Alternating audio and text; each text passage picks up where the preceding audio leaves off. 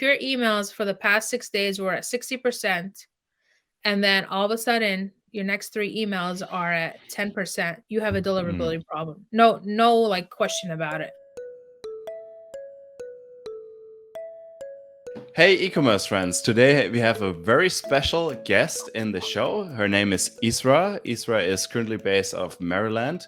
And what makes her so special is the fact that she is not only running an agency, but she actually started out as a e-commerce owner, and she brought her experience, and now she can help e-commerce owners to get better email marketing.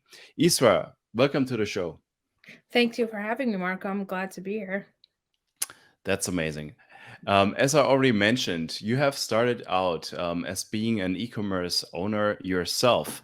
Could you tell us a little bit more about how you got started into this journey to run your first business in e-com? Yeah, so it was end of 2016, and I was kind of just pivoting into a different role. I had my first two kids, and I just left my government job. I used to work for the federal government for a while, and there was Okay. just a lot of travel, and I just didn't want to do it anymore. And I was really interested in the online world, so I kind of just dove into e-commerce. I had a mentor. It kinda just popped. Actually, it's funny 'cause I got it popped up on my Facebook, as a Facebook ad, and it was Yeah. intriguing, so I just kinda, like, followed through this mentor. He knew somebody that I used to, study under that is trustworthy, so I was like, "It has to be, it can't be a scam or like that." So I actually went ahead and bought his course or bought the training, and I was he taught, like, how to go from drop ship to basically private labeling, because branding is a whole nother beast, and you need a lot more to be a brand. So I wanted to enter the e-commerce world, learn about it, see where my strengths were. Can I run a store? It seemed very easy in 2017. It was kind of like the gold rush Mhm. of drop shippers. Build a store, make millions overnight, and you can be on your way. And it was just intriguing to me. So I started my own store in February of 2017. That's when I launched it. Mhm. And then I was able to build it, research. By July, I was, getting the sales I wanted, and within, through using ads, we were able to scale it to mid six figures within like 2 to 3 months, um, less than like 3 months. So it Wow. was just very interesting. I found my winning products, but that really wasn't the reason we sold so well. We focused heavily on customer service, quality of products, all the things that e-commerce stores should focus on to really build a long-lasting, company or business. Mhm. And then Facebook ads start crashing in early February 2018, I believe. Um, And that's kinda when I turned to email marketing to kinda just sustain the business while things were looking really, Yeah. glim or grim on Facebook. So that's kinda where I went with that. I started with email marketing, and then I was introduced to a deliverability expert who worked really with affiliate marketers, because if you know about the affiliate scene, Mm. they have to work harder to be in the inbox. And so I kinda learned from her how to do I learned the fundamentals of deliverability. Like, if in order to get to the inbox, you need to know the tech aspect. And then it's like the content aspect where, most agencies focus on content and driving revenue, but they do not like maintain the deliverability part. So that's where I started. And I was following the big brands. I was trying to figure out, how to be a big brand, even though you were a small business. Yeah. um, and I realized that I was doing everything wrong. Big brands have big budgets and they can afford to do what they do. Small businesses don't.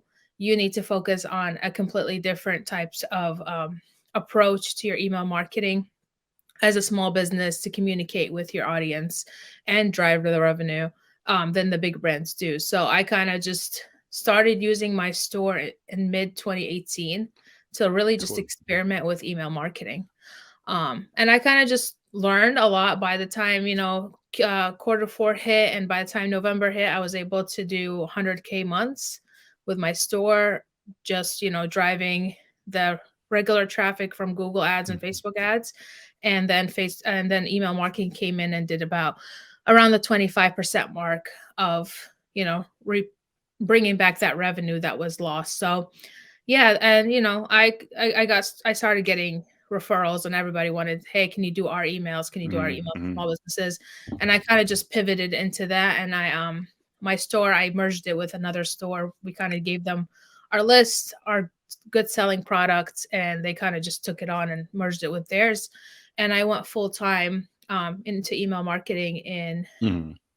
around it was around like the Q4 2019 into January 2020. So Wow, what a story. First of all, you had a very secure job and two kids back then. Now you have four kids, yeah. all while starting up two businesses and being so successful so rapidly with the e-commerce business. That's quite yeah, astounding. Plus, it seems you did not go to the market. The market actually came to you, and the demand was already there, and then got your services around the email marketing deliverability. Um, Before we dive into your superpowers here, yeah, I'm just personally curious because I'm about to plan my own family. How did you manage that with your family while building up those businesses? It was chaotic. I'm not gonna I'm not gonna lie. And a lot of people can't I'm not I really don't encourage it, but I kind of Uh-huh. was thrown in because when I started my store, I was kind of bootstrapped. I took whatever savings I had and I tested on that. So Wow. I didn't have any, credit lines. I didn't take any loans. I didn't do any of that stuff because I didn't want to I don't want to start a store and then end up being in so much debt. So I had to think smart. Yeah. Like it was all like, how do I turn a profit immediately or Yeah. at least sustain it month to month? Cash flow is big. And I was able to do that, but I had to be very smart, like I said, in Mhm. focusing on the right metrics. And that took a lot of work. Like the first 6 months, I would get on call with anytime somebody abandoned cart, anytime somebody purchased, I would call those customers. I would get their feedback. I would Wow. literally build a very, very hard, like a tight friendship with them. And they were comfortable to recommend me, and they were comfortable to like go to my Facebook ads and say, this is a legitimate business. You can buy from her, etc. And that took 6 months of hard work. I was working like almost 18 hours around the clock Mhm. for a while. Mhm. Mhm. Um, Mhm. and that's kind of why I kind of scaled back in 2018 as well, because it was taking a toll on me. When I got pregnant with my third one, that's when all the Mhm. problems showed up. It was late 2018, and I ended up having a lot of complications, and I had to scale back. So 2019 was more, helping out some businesses on the side, running my store, but I ran it into maintenance because I just couldn't do Mhm. it, and I couldn't hire out. I did Yeah. not want to do like, because again, I took the store on to learn where can I really utilize my skills, because I knew I didn't want to run that store forever. It was kind of like a test store for me. We just proved the concept, and I was able to find products people wanted. Um, so it is hard. You need help. You need a lot of Yeah. help. Yeah. But those 6 years that I've built have helped me like now start, make more sound decisions, make more smart decisions, Okay. move in. But again, like if you are building a family and you are trying to do this, it's a lot of stress. Ask for help. Especially even online world, like ask for people's help, find a community to Yeah. support you. It's really important. So it's hard, but if you really want something, you kind of have to go after it. And there's short-term pain but long-term gain from it. So that's kind of what I Uh-huh. did. And I don't regret anything. It's just now I'm focusing more on my family and my health, and building more of I give, like, I'm trying to build a business where I give back and I teach what I've learned, because I feel like a lot of businesses Yeah. start and they're kind of left in the dark. There's no communities out there. Absolutely. You Absolutely. go online and you see all these social media and everybody's putting up these numbers, but nobody talks about profit. Nobody talks about cash flow. I Right. mean, that's what it is at the end, right? So that's kind of where we're going with my business is I'm trying to build more of a community membership to help Mhm. small business owners to really build a sustainable business that supports their lifestyle. So Okay. Yeah, that's amazing. Yeah, I heard many entrepreneurial stories, and a lot of them, of course, they have their own spices. I know it from my own. Every entrepreneurship is suffering, but your story is quite remarkable.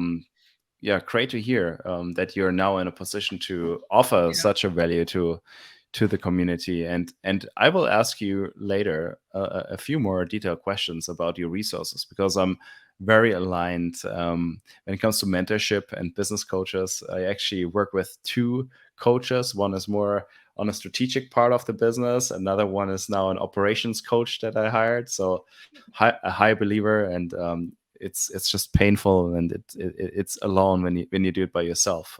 Yeah. So cool. All right. I would love to talk and chat a bit about your marketing superpowers, as I call them.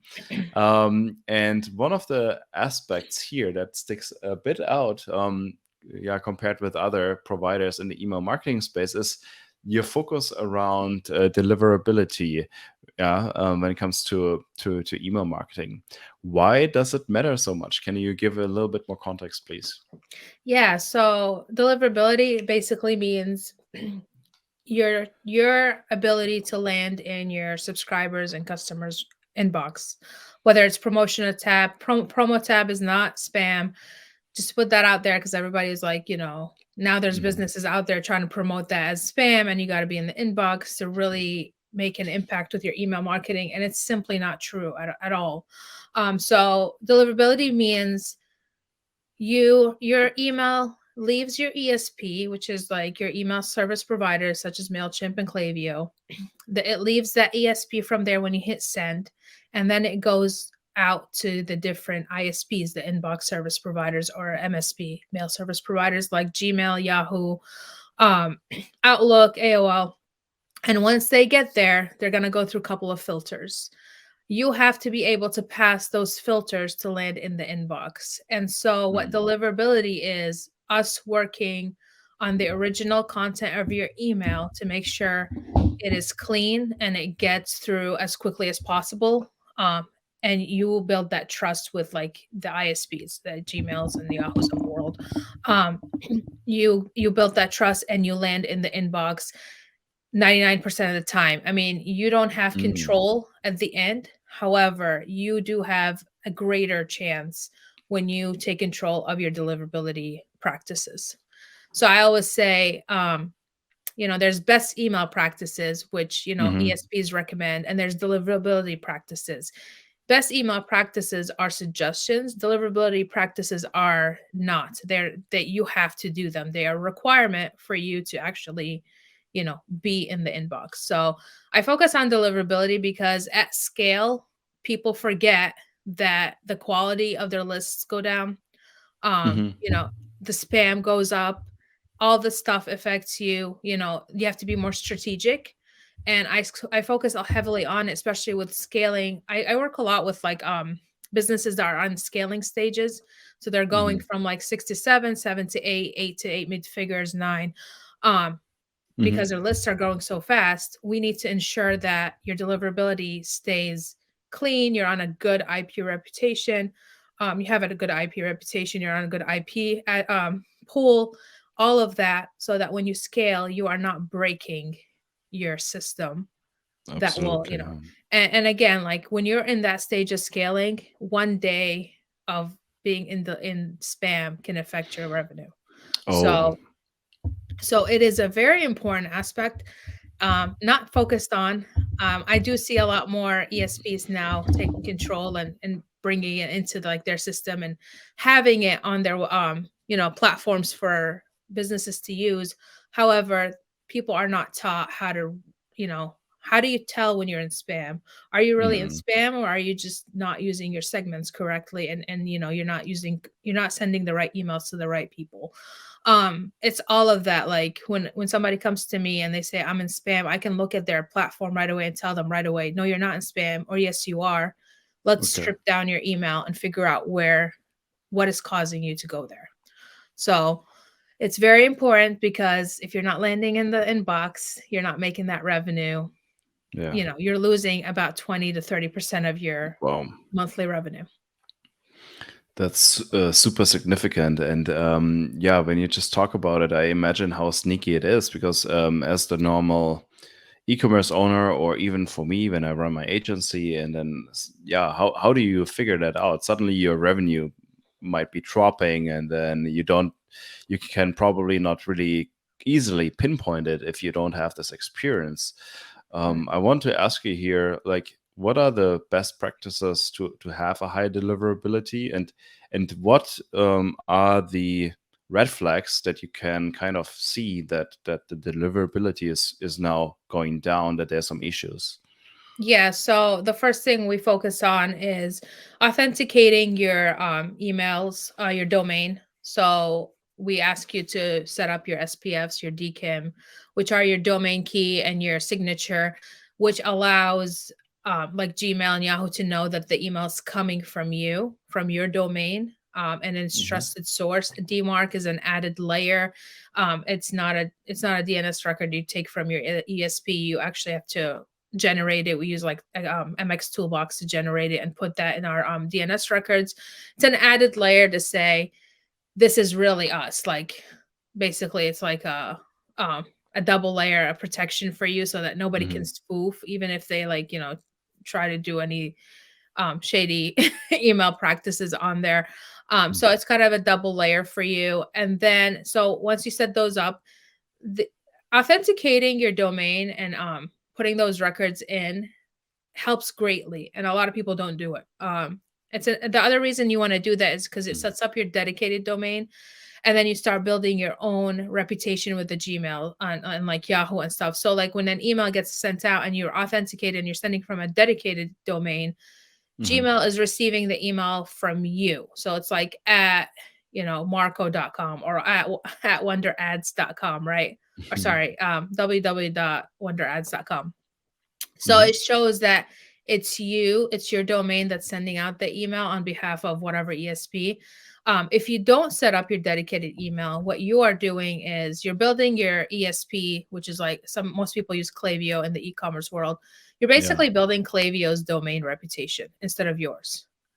So Oh, like okay. if you move from Klaviyo to Mailchimp and you've been building Klaviyo's you're building Klaviyo's domain for them, and you all of a sudden decide to set up a dedicated domain on Mailchimp and start sending from you, you're brand new to the ISPs again, because Okay. you weren't sending from your domain, you were sending on behalf of Klaviyo.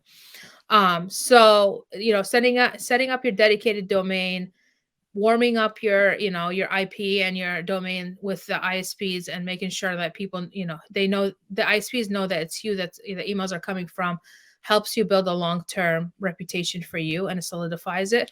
So like once you do that, it's the other stuff is kind of like the details that could trigger spam, but that's like the biggest one. Is if you can build a solid domain reputation, you can land in Yep. the inbox 99% of the time. And you do that by, again, authenticating, and then you need to start cleaning and making sure your lists are clean, and segmented correctly. So what happens with a lot of businesses is they create a static list, and a static list versus a dynamic list is, static lists are basically just collecting emails overall time. So like say you Yep. started in 2016 and you've been collecting emails and it's 2023 and you're sending to that same static list, you are including Hmm. everybody. And Hmm. we know that your churn rate is around like 30%. So I mean, most people that sign up to your email list, they're not going to be opening and engaging. So what you need to do is you need to create a dynamic segment off of your static list. Say like they are Yep. in this list, but they've also had taken some type of action, like open click bot, viewed in the last XYZ period of time. And the way you determine that is you it depends on your action. What are you trying to achieve? Are you trying to get them buy again after 30 days? Are you trying to get them to buy a second time? What is the life cycle of your product? Like how often do people buy it? So your segments are based on your business model and your life cycle of the product and your goal for that email. So like you have to be able to understand your list and how to manage it correctly. Otherwise, sending to a static list can people will unsubscribe, and Yeah.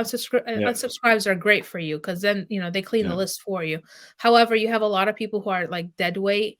They don't open, they don't click, but they're on your list. They're affecting your deliverability, but they're not taking any action or doing anything.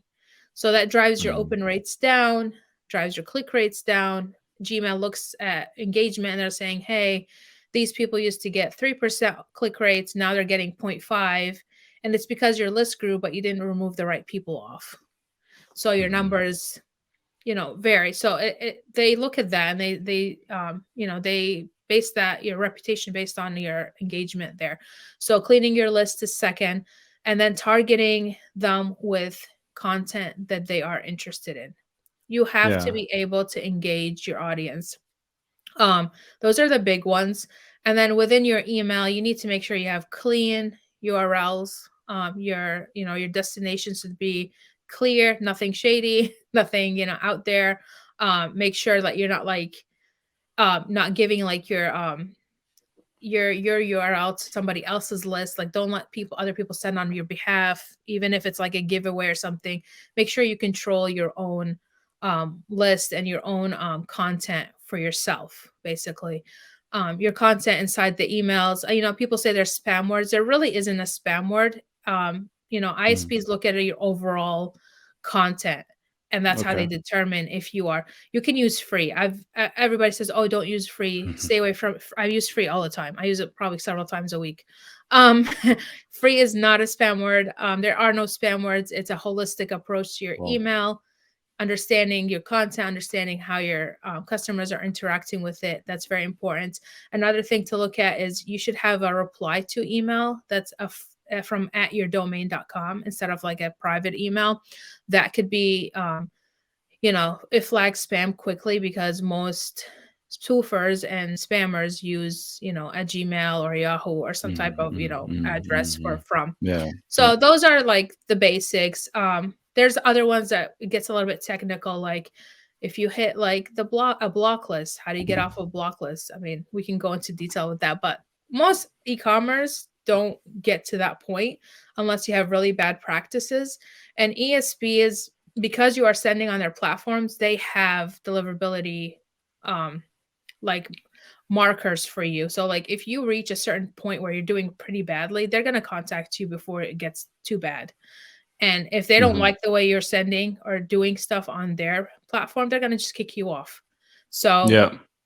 I mean it never really gets to that point. However, you need to take responsibility and ownership of figuring out how to best how to best do the deliverability aspect of your emails, because you are responsible ultimately at the end for it. Right. That's super interesting and tons of tips here. I'm trying to put myself now into the shoes of an e-commerce owner. And let's say I'm not super aware of all the best practices, but I have my email list. And you Mm, said that the impact yeah, of bad deliverability can be quite significant in terms of revenue.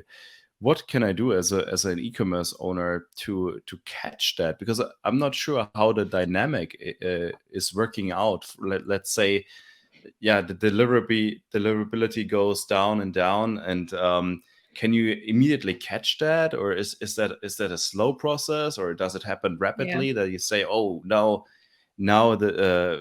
the open rate is, yesterday it was at 30%, now it's at 5%? That would be super super obvious, but is it that obvious? How can you catch that? Yeah. Yeah, so like you just said, and I do have an article on like how to I have an article in my resources on the website about spam, Nice. just like the big three metrics that you can look at outside of like your ESP to Mhm. figure out if you are doing okay. But like you said, the thing is with deliverability, it takes a while to warm up. It takes with my clients, I usually warm them up for 3 months, switch them to a dedicated domain, get them going. Another 3 months, we are solid at 6 months. Mm. However, when you hit a deliverability issue or you start hitting spam, it goes down quickly. Like Mm. like you said, if your emails for the past 6 days were at 60%, and then all of a sudden your next three emails are at 10%, you have a Mm. deliverability problem. No, like question about it. And the way what I do there is I actually go into the email and look at the separate ISPs, like which open rates are really significantly low. So it will Mm. show you like Gmail has 5% open rate, where AOL and Yahoo are still at 55%. Right Okay. away, I know it's a Gmail issue, right? So we're gonna have to diagnose it, figure out why is Gmail, um, why are you spamming in Gmail? Yeah. Sometimes I will separate, like I will strip down an email to the core just to make it like a text email, even no links, nothing, and send it to. I have seed lists. So seed lists are, and I suggest any business to do this manually first for you to see it and understand it, and then you can use other platforms, like I think Glock Apps does it, Litmus, where you can check your deliverability against ISPs. But I like to do it manually first because it helps me understand what's going on with the different ISPs. I can separate it. Um, so what I do is I have a seed list, like I have different, SOC accounts, as they call them, Gmail, seed accounts, Gmail, Yahoo, AOL, separated. So I will take the seed list, like, okay, I'm spamming in Gmail, so I'm going to send it to my seed list there and see what's going on. So I'll create a strip down an email, send it to Gmail. Am I inboxing? If it's like three Nice. out of the four I'm inboxing and one I'm not, um, it's something going on with the email. Okay. It's usually like your header. So I'll like change the from email and see if that would help. Otherwise, it might just be, you're not gonna inbox in every inbox in your subscribers, and that's because the way they interact with you. So like say somebody who opens but doesn't click, and then somebody who never opens and never clicks, right? You might still end up in the open clickers, open non-clickers, but not the non-openers email. So it's just basically again, it's like dead weight. So like let's remove people. So I will look at your list. Is your list clean? Because list is a Mhm. big one. That's, most people will end up in spam because they didn't clean their list and they sent out an email after a long time, and the people that received the email are like, "Who are you?" And they can't see the unsubscribe. They hit spam. You have a Yeah. 4% Yeah. spam rate. You're in the spam box. So that's what happens most of the time. But again, seedless help you test and understand where the issue is. So like I will add a layer, like if the text email landed in the inbox, I will next add a URL and see if the URL is what triggered the Mhm. um the spam again, and then it will add the image back in. We'll add your footers, header, figure out what is triggering it, basically. So that's how you can do it to understand it. But yeah, like you said, the fastest way to know is if your open rates are going from 60 to 10 or Yeah. 50 to 10 or whatever it is. Open rates are indicators for deliverability issues. That's how we use them over time. So it can go down fairly quickly. And most of the people that I end up with are people who've used agencies or who've used Mhm. freelancers that haven't focused on that. Mhm. Send emails, get revenue, but then your revenue all of a sudden starts drying up. Yeah. That's another indicator. Is some people think that if your revenue dries up, you're in the spam. And most of the time it's not. It's because you're just sending irrelevant information and nobody Okay. wants. So it's kind of more of a strategy there. But sometimes it can be like I said, if you're a big brand and you rely heavily on revenue per day, about 30% of your revenue, and you hit spam, that revenue is going to get impacted the Oh, next day. So yeah. for bigger businesses that are driving heavy traffic, revenue could be an indicator. But again, we start with open rates. Let's look at your open rates. Let's look at your list. Let's look at your content. Those are the first three Okay. we look at before, what do you call it? And then again, I said I have an article on my on my website that goes on into your sender score, your feedback loop, which is, showing you your spam rates and your complaint rates and delivery errors. And then you have the IP block list as well. There's a URL that you could actually put in your domain and check if you are on any block lists. The big ones are Spam House. If you're on those, you need to be able to contact them and get your domain off of that list and IP. Okay. So just for everyone who's listening, the website is thewindbox.com. So people can check out the articles right there. So I'm just really mind blown to see and to hear from you how much detail goes into this. I wasn't aware. I know some of the stuff like DKIM setup, DMarks, and I do know some of the stuff, but this is quite the next level. So it's very educative. The next question that I have noted down, there are some certain automation flows and automation tactics that are around this deliverability. I want to ask you, do you need to use them, or what do you think about those flows? Yeah, so I'm a huge advocate for automations. Automations are your this is my phrase, it's the gatekeepers of deliverability for your email marketing. And the reason is because you can create a strategy to establish high domain reputation through automations. So every time somebody signs up to your list or anytime somebody purchases from you, on that you have an opportunity on the thank you page to send them to your email. And look for that email and get those high opens and high clicks. I try to aim between 70 and 100% open rates on those first emails because they are so important to your domain reputation. So anytime I put in an automation in place, like your pop-up, a lot of people, this is a big mistake I see in the e-commerce world, because they want them to stay on the website. They want them to purchase right away. So what they do is, they have a pop-up, they type in their email, they hit submit, and then they get their code right away on the next page of the pop-up, right? And that's a big mistake for me. I used to do it myself on my e-commerce because I was like, oh, this is great. They get their thing, they're still on my website, they're purchasing. But then I realized my list quality was so low. It was low. My open rates were terrible. And click rates weren't that great. And I wasn't really doing that well revenue wise. And I mean, revenue, again, the attribution thing is not a big deal to me. Impact is at the end of the day, like, how did this impact your entire business at the end of the month, revenue wise? So it really doesn't matter where it comes from. It matters where the touch point is.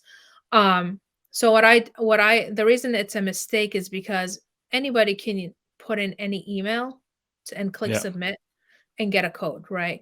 So what I've noticed is a lot of people start putting in fake emails and they come back and do it again and again. And then I'm collecting all these fake emails. I mean, even if they are not fake, they're dead emails. They don't even open or engage in.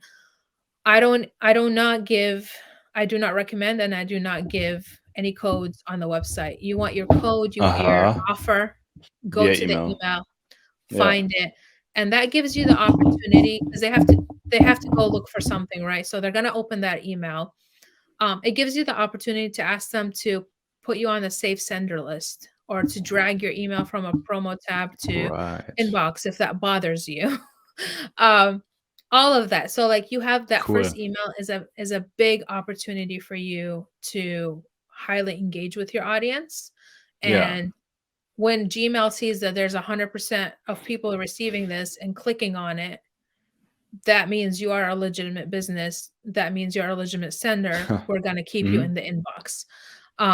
So it's very important. Automations are so important because it helps you. I also, like, when you create automations, you're going to create a nurture list.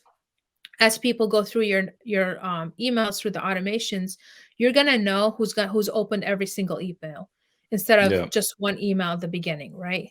So you can build better quality lists and more targeted lists that will drive your clicks and your revenue on the campaign side, the weekly sends, by doing that. So automations are really important for deliverability.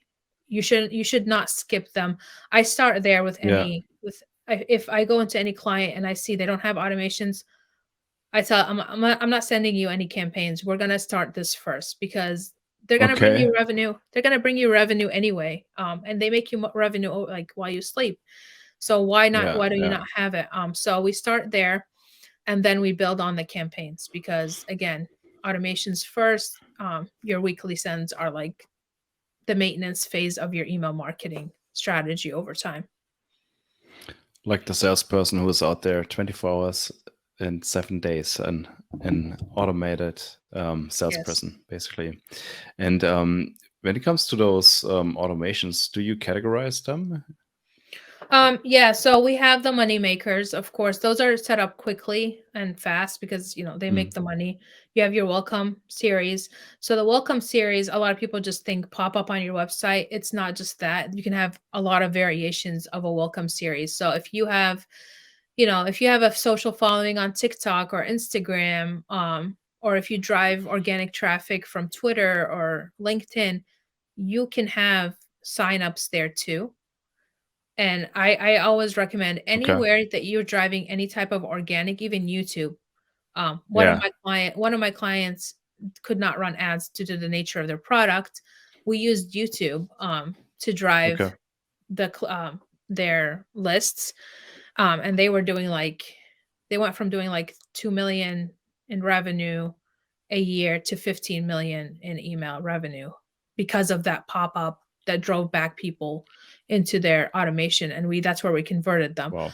So anytime you have any organic base on the front end, you should have somewhere where they can sign up for email, and then you should send them to an automation nurture sequence. Mhm. Introduce yourself, introduce who you are, introduce your brand and the products, give them an offer at the end if you want. But Yeah. it helps, you can't measure anything on organic anyway. So you put something on Instagram, you have no idea who looked at it. So most people don't, like or Yeah. comment or Yeah. share, right? So having that list where they can just submit their email helps you gather that like lost traffic. So welcome series is big for organic traffic, browse abandonment Cool. for viewed people. People come to your product. You have their email already, but they viewed your products and haven't bought from you yet. You can, that's a big money maker as well. And then you have your, of course, cart checkout, abandonment cart, Mm. which is huge. So those are the three big ones. I have a fourth one. Some people say no to this, but I have, because I was bootstrapped and I needed the AOV, the average order value, to be high on the Yeah. first touch. I did use post-purchase upsell in the email on the first Okay. email right away. So what I did was I said, come back, add another product, because we always had a threshold for free shipping. I said, hey, if you forgot to pick up another product, here's free shipping for another 24 hours. Go add it to your cart and we will ship it out with your first order. And that worked phenomenally well for me. um, people loved Mhm. that and people purchased again right after because they're still in like that shopping mode. Um, they went back and bought Yeah. again. Nice. And so like our average order Nice. value went from 50 to around 85 just because of Amazing. that. So post purchase, you can use it as an upsell, but I also use it as a nurture. So once somebody Okay. purchases from you, post purchase is where we kind of like re-nurture them, get them excited about what they're getting, give them instructions, let them know where they can find us if they need help. It's a feedback.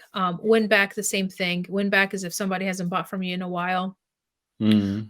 We kind of like to use, I don't like to give them offers. A lot of people are just like, here, give them 30% off because, a steeper discount Mhm. will get them to buy again. But what I like to use it as, kind of like a communication, an automation with them. Like, hey, why haven't you bought in this long, in this while? And we kind of just give them Okay. like a very quick like survey. Or like tell us why you haven't come back. If you just forgot, here's a link to go check out our latest releases, or here's our clearance rack if you're looking for a deal or whatever it is. So that's another one for nurturing and just bringing back and reminding. Um, but those are like the big five big ones that make you money.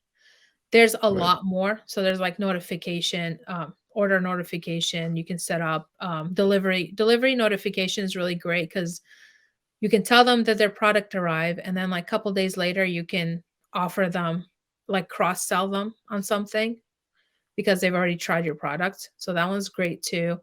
Another one that people forget about is like if you have a blog on your website and you're driving SEO traffic to your blog, it's a Yeah. great time to embed some type of like if you enjoyed this article, sign up here and we send them more articles related to it. And then at the end, be like, hey, did you know we also sell these products that solve your problem?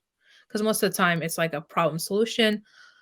And then we give them an offer and that converts well too. So, and then, around Q4, we do a whole different like it's a seasonal automation Yeah. where collecting emails and converting is completely different. So, Pooh, Isra, I have so many questions that are popping up in my mind right now, but I need to tame myself out of the respect for the time.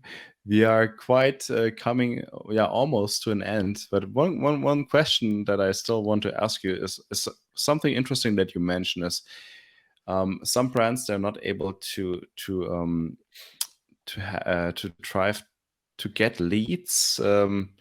Maybe via ads also, so they use organic channels. And I was just wondering, in your experience, what kind of offers or lead magnets work usually best if you run it on a YouTube channel or on LinkedIn, on Instagram and yeah. so on? What are you usually offering them to sign up? So, yeah, absolutely. So, YouTube, a monthly giveaway works really well. Cool. So with the client that I just mentioned, what we actually ended up doing, we said, "Hey, why don't you just give one of these away?" And it was a higher end product. It was like a $250 product. I said, "Just give away one each month." And then because they ran lives regularly each week, and I was like, Mhm. "Just you're gonna mention the giveaway. You can win this." They kind of like they have like tutorial videos on how to use Yeah. the product, and they had a very passionate base. I mean, they were buying already without us even doing anything, but we took their brand from doing like 5 million a year to I believe they Oh, reached 60 million by just putting in these automation. The automations were driving 30% alone without wow. campaigns because again they could not run ads. So Yeah. email was there to like the only way to like really bring in people into their ecosystem and convert them and nurture them and keep them for a longer time. So retention was big there. So what we did with YouTube, it's great to do giveaways to motivate people because a lot of times you are showcasing something. I believe I haven't done this for TikTok, but I think a monthly giveaway thing, if you're running one, like a monthly giveaway or even a seasonal giveaway, Mm. it probably will work well on TikTok too because there's a lot of video aspect to it. As far as like Instagram, we've done a lot of like how to lead magnets that people love and will come in Mhm. for. So like, giving away a recipe or giving away how to like use this whatever or like joining us in a private Zoom um tutorial or something like that. So that works really well for Instagram. Okay. Um it really depends on your content and your audience. Yeah. What do they want? And a lot of people forget email marketing, your ESP, your Klaviyo's and Mailchimps and whatever else is out there. Um, they house a lot of information about your audience already. So like you can open a profile and you can see everything you want. What did they click on? What did they view in your store? What they bought? All of this information is there for you. And you have like data as your friend. So use data to really figure out what your audience want. And at the end of the day, if you don't know what they want, just ask them. Send out an email Mm, and ask them, what do you mm, guys want to see? mm. It's free. It's literally free Go for to you the to source. Yeah. right, like, just go ask them. This is what we do for, quarter 4 for, like, newer, businesses. We tell them, "If you don't know what, your audience and it's small, just ask them what they want and then give it to them on Black Friday." And, Yeah. one store was doing I think they did in 2019, they did, like, 20,000 in sales in Black Friday. By Okay. 2020, we did 150,000 on Black Friday weekend for Wow. them just by Nice. asking them what did their audience want, and then we served it to them. This is So, so cool. Isra, this yeah. is so educative. Can I ask you, if people are curious to learn more about this stuff, where can they go? Like, what are your favorite resources? You have mentioned some mentorship before and blogs, anything that you can recommend? Yeah, so for me, I don't wanna I don't wanna sound like I am a lot of my stuff is self-taught because Mm, every time I've actually I've learned a lot from the industry, and but for me, I like to test and I like data. yeah, So I would take things and I would test them and I would figure out, what where's the money at, right? Because in the end, for me, my clients, the whole point of doing email marketing as an impact on their revenue is to make sure they're profitable and they can scale. So yeah, for me, it was a lot of like testing, test, test, test. Don't be afraid. Like people think they need mentors, and you have the platform. If you have a business, you have the platform to okay, test and figure out what works for you first. yeah, Take whatever you see online with a grain of salt. It's not a one size fits all. hmm, A lot of people speak in absolutes, and I don't like that because I'm like, what works for one mm, business is not gonna work for another.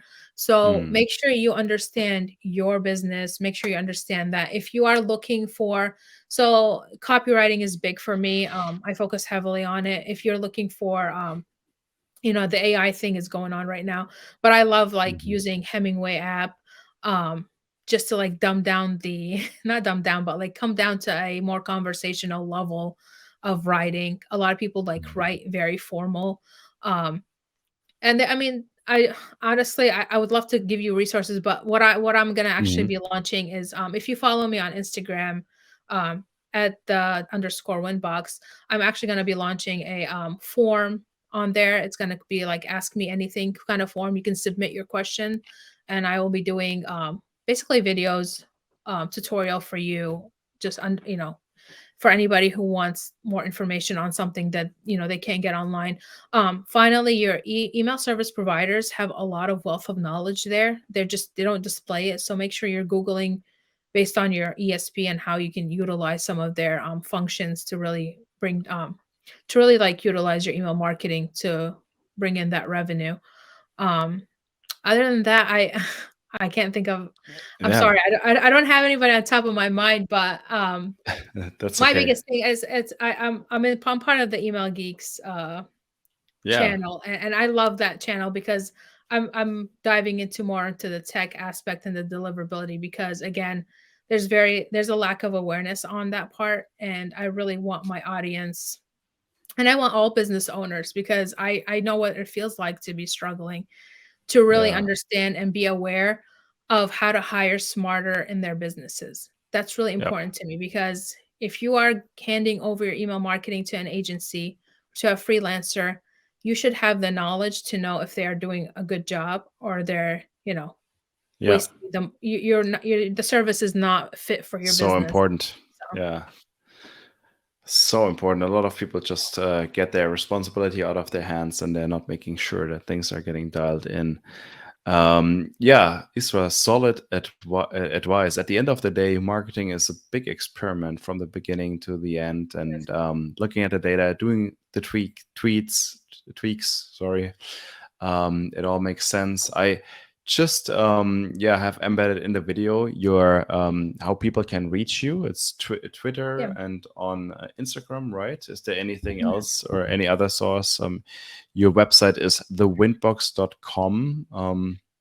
Are those the best channels to contact you, I guess? Yeah, absolutely. So at thewinbox.com, we do have services. You can submit a form there as well if you need help with an audit or automation setup. I do have a course, full automation course, like end to end, understanding how to set up structure, how to write, how to like I covered everything. Like there's no stone unturned there.